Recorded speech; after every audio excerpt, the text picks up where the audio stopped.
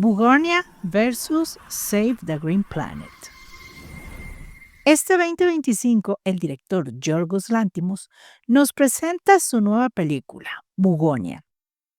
¿En verdad es nueva? A ver, corrijamos. Nos presenta su versión de la película coreana del 2003, Save the Green Planet, del director Chang Chung-hwan. Disculpen mi coreano. Pues Lanthimos lo vuelve a hacer y ahora nos tiene en la misma encrucijada.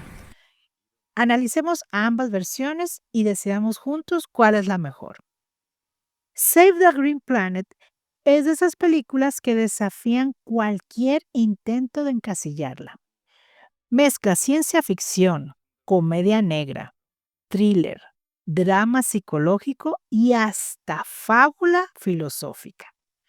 Puede parecer caótica sobre el papel, pero justo ese caos es parte de su identidad y de su encanto. La película nos presenta a Byung-Ho y a Sunny, una pareja de jóvenes que secuestran a un poderoso ejecutivo porque Byung-Ho está convencido de que es un extraterrestre infiltrado que planea destruir la Tierra. Desde esa premisa disparatada, la película construye una experiencia emocional que oscila entre lo absurdo y lo trágico. Bugonia trata de lo mismo, pero ahora los protagonistas son Teddy y Don, un par de primos. Don, el mayor, está obsesionado con podcasts y videos en internet donde hablan sobre cómo los alienígenas están infiltrados entre nosotros y van a destruir el planeta. Todas estas teorías se las explica Don, un joven con rasgos autistas que, aunque a veces cuestiona a Teddy, termina convencido y haciendo todo lo que él le dice. Ellos planean el secuestro de Michelle Fuller, una alta ejecutiva de una compañía muy poderosa de medicamentos. En la versión coreana todo es más dinámico. Desde el inicio nos presentan a los secuestradores, al empresario, los secuestran y directo al encierro. Lanthimos se toma todo más tranquilo, nos da contexto de cada personaje y esto puede parecer algo lento, pero como un buen guiso se va cociendo poco a poco y para cuando sucede el secuestro ya conocemos a la perfección a todos, incluso ya nos importan. Lo más brillante del filme coreano es su habilidad para combinar géneros totalmente opuestos sin perder coherencia emocional. La cinta pasa de un gag físico a una escena de tortura, de un delirio cósmico a una revelación dolorosa sobre la vida del protagonista. Y aunque estos cambios podrían sentirse forzados en manos menos hábiles, aquí funcionan como una radiografía del estado mental de Byung-Ho, fragmentado, caótico, impredecible. Un retrato muy humano de la desesperación.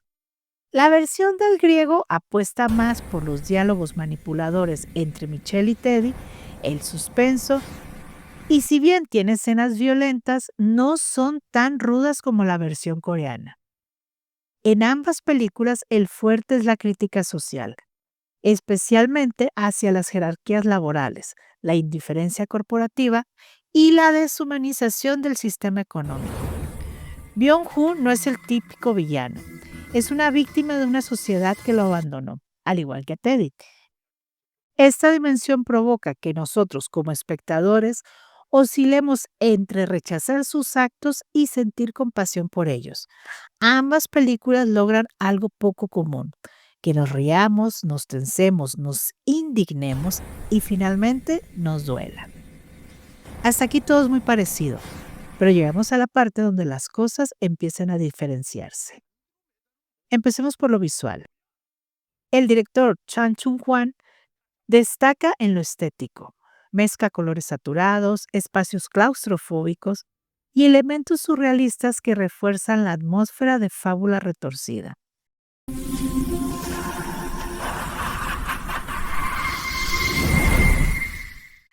Lanthimos prefiere algo más común. La casa de Teddy es sencilla, campirana, casi anticuada.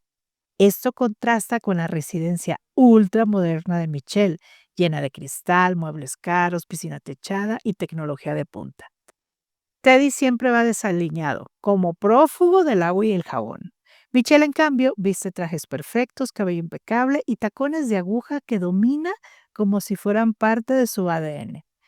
Michelle es encerrada en un sótano que no provoca claustrofobia, sino angustia y desesperación al saber que está presa de dos tipos que desde lejos se les ve que les faltan varios tornillos. La película se ve más pulida y limpia, por decirlo de alguna manera. Lantimos decide ponernos las más sencillas de ver, pero al mismo tiempo incrementa la angustia mientras comprobamos que los primos están completamente convencidos de que Michelle es una alienígena y no vemos cómo podría hacerlos cambiar de opinión. Otro detalle de la versión coreana, si bien es su mezcla de géneros, es su mayor virtud, también puede ser un obstáculo. El tono cambia tan bruscamente que puede sentirse como una película sin dirección clara. No es una obra accesible. Exige paciencia, tolerancia a la incomodidad y disposición para transitar emociones extremas. Las escenas de tortura y violencia, aunque estilizadas, pueden resultar excesivas o gratuitas. No suaviza nada y su crudeza puede distraer del mensaje emocional de fondo. Y parece que Lantimos tomó nota de esto y decidió no hacer algo tan violento.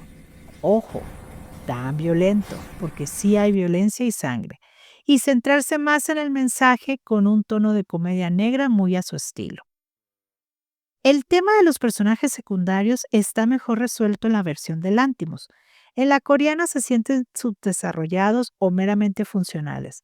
Existen principalmente para avanzar la trama o reforzar la crítica social, pero no siempre tienen la profundidad o evolución que sí logra la historia principal. En ambas películas el final es abrupto o inverosímil, principalmente en la coreana, donde una serie de flashbacks se sienten metidos a la fuerza y sacan de la trama. Parecen añadidos de último minuto para darle contexto al protagonista. Lantimos, en cambio, usa los recursos surrealistas para insertar los flashbacks estratégicamente a lo largo de la historia, y son en blanco y negro, dándonos el contexto de Teddy de manera más orgánica. Conclusión. La historia en sí es singular, humana bajo su capa de humor negro y ciencia ficción. Ambas tienen muy buenas actuaciones, principalmente la de los protagonistas. Pero la ejecución del Lantimos es más pulida, más centrada en su mensaje social y muy acorde a esta época. El final, aunque desesperanzador en ambas, Lantimos por lo menos deja la herencia quizá a quien más la merece. Y no digo más porque sería spoiler.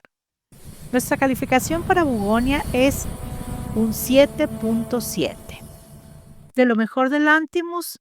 No, pero sí muy su estilo y eso se agradece. ¿Ya la vieron? ¿Qué les pareció? ¿Se animan a ver Save the Green Planet? Los leemos en los comentarios. Dejen su like, hypeen el video y nos vemos en la próxima reseña. Bye. Te invitamos a ver estos videos. Suscríbete a nuestro canal, dale like y comparte.